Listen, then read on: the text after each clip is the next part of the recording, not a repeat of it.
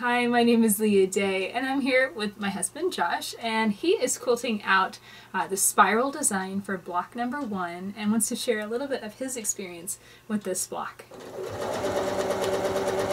Now, one thing I learned with this one, and I guess we'll diagnose it later, is a lot of rotation for me. At least probably around 100 for this one block alone. And you can see I can only go about maybe 2 inches or so. Yeah, I'd say about 3 or 4 inches tops, and then yeah, it was about 2 inches. Yeah, rotate. Okay, in a situation like this, let's stop for a second. Because I was waiting on I thought the needle was down. It's okay. It's okay. I'm still getting used to this machine too. In my defense. It's okay. What we want to do here, what's basically happened is that the machine was still running, and Josh kind of took his hands off of the quilt, and the needle was still coming down and stitched. It hasn't completed the stitch yet, but it is very far off of where we want to go. So here's a, no, don't hit this. This will complete the stitch. Instead, take your hand and put it on the hand wheel and go backwards. You want to reverse the stitch. So you're going to back it out. There you go. Oh, and that is very handy. Exactly. And then manually drop it, or should I button drop it? Go ahead, manually drop it where you want it to go.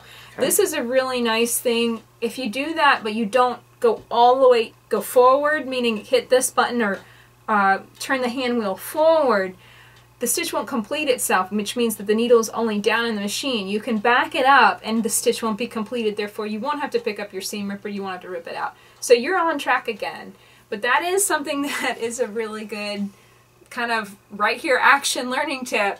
Whenever you stop, which means make sure that your needle is down and locked inside of the quilt before you take your hands off of it, because the quilt will move. Even though the threads are in the quilt and stuff, if your needle's not down, kind of locking it in place, it's going to shift and you're going to get some distance away from where you stopped quilting. It's going to be pretty noticeable. And as you saw, it's a pretty good distance too, so it's easy to do.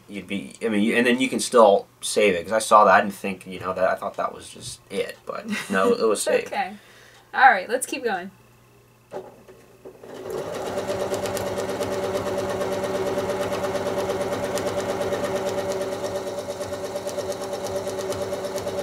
And just remember, let your machine all the way stop, and then, then do your rotation. However you need to move it in order to make it feel the most comfortable for your hands.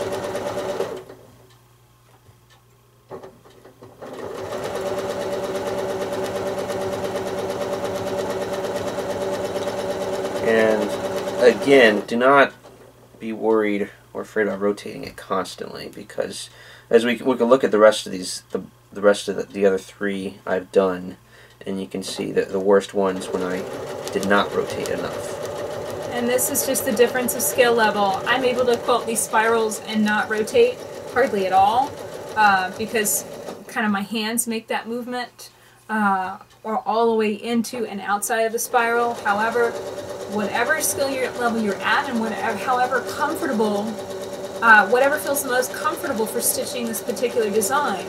If rotating makes the most sense to you, if you start noticing your machine does something funny with the thread, you need to go on ahead and rotate to get out of that direction.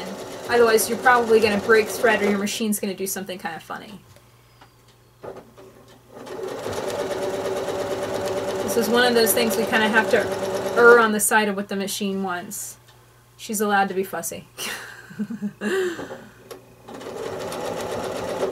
Something happened there? Okay, right there, yeah. We saw, and you might want to back the video up a little bit so you can see it. The thread kind of pulled out a little bit. It was a direction issue. If we look here very closely, I'll lift the foot so you can see it. You can see a little bit of something here. It was a direction issue, probably nothing more than that. It was just simply that the machine didn't like it. It started kind of doing some funky stuff around here, but really, it's one of those things you have to be vigilant about, paying attention to what is going on around your needle, especially if you see the thread kind of fly out around this area. Usually that's a good indication that your thread's about to break. Okay. Did the thread break though? It didn't break, but I think I'd probably try and go... How do you know it didn't break? Well, we didn't hear anything, and looking at it, it looks intact to me. We can kind of lift up this, you know, right now with the needle down, you can't tell. The only way to, if your needle, however, and you lift your foot, you're probably going to be too far away. If you shift this out, you're going to be too far away to start again. So that's not worth trying. Instead, stitch further down and keep stitching. If we get a nasty noise, if we see something, kind of the thread bunch around this area, then we know we've got a thread break. We know we've got a stump. But right now, we can't say for sure. So let's just keep stitching towards yourself. Try and focus on stitching towards yourself. Nope, and it's still in business. It looks good. And we can kind of, let's just rotate around and see if we can see the bottom side of it. Okay. Real quick. If we can see anything down here. It looks okay. Nothing too bad happened to the back side. And this is always a good thing to kind of check. If you hear something or see something weird on the front, always check the back, because if something really ugly is back there, you want to just go on ahead and stop and rip it out.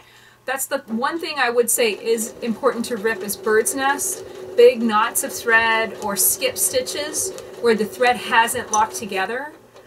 Those are two things that you want to rip out because they do affect the structural integrity of your quilt, which means, you know, your quilting stitches aren't doing their job. That's something I would rip, but this looks good to me. I think this is fine.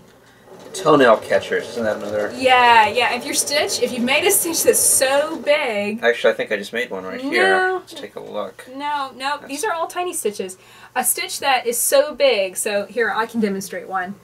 We'll lift the needle. Now, don't do this at home. If you had stretched a stitch that far, let's lift up the foot, you can really see it. That stitch is far enough where you could potentially catch your toe in it. Your hand's in the way. You could potentially catch your toe in it while you're in sleep at night. That is something that you definitely want to rip out.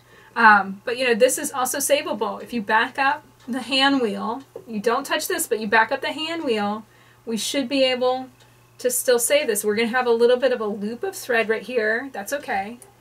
Okay, now drop the hand wheel. Drop the needle down. Like I said, we're going to have a loop of thread, but it's okay. You can get started stitching again. Obviously, like I said, don't do that on home. You don't want to simulate toe catchers. But I can probably hide that still and it won't be too noticeable.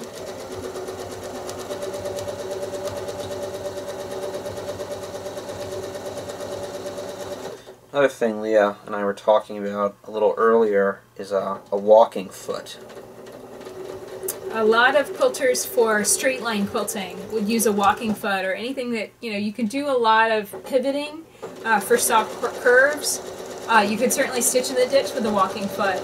But in this situation, it does save time and build skill to learn free motion quilting, both for straight lines and curves, for spirals, all these kinds of different designs. So that's it for spirals. How do you feel about this design? I'm not a big fan of spirals. It's you definitely might not be either. my. It's not my thing. They're pretty tough. It'll take you know, a lot more practice. It doesn't come naturally to me. And you were kind of complaining about the Spoonflower fabric earlier. Yes, I really prefer, just as a beginner, having fabric that I mark myself. That way I know that it'll come out when I wash it. The marks aren't permanent. And that way it doesn't look like I colored outside the lines too badly. Yeah. So it's mostly just a psychological thing, because as Leah said, we're working on a cotton quilt, and as it gets washed, a lot of these stitches will disappear. Yeah, well, they'll get shrunk up and it won't be super noticeable. So really, that's kind of one of those catches with the Spoonflower fabric. You have the pre-marked lines and, of course, the colors for piecing. Everything's indicated there on the fabric.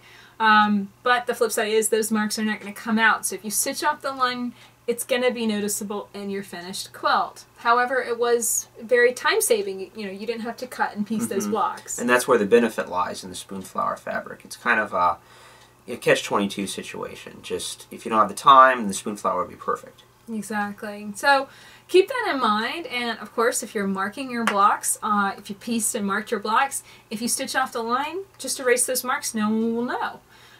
Do watch out for any thread issues that you're having, any directions that your machine doesn't like to stitch in. This is important to note, and it's important to pay attention to. A lot of times we assume that all machines, especially these big expensive machines, will stitch in all directions and be just perfect and wonderful. The truth is they're not. They're not perfect. This is Free motion quilting is one of those things that you have to kind of err on what the machine likes. Most machines will still only stitch well working towards yourself, that same direction that it typically stitches in for piecing, for sewing garments, that type of thing. That's just how the machine's built. That's how it's made to be used. So you have to pay attention to these things and go on ahead and accept the limitations that you've got and work with it.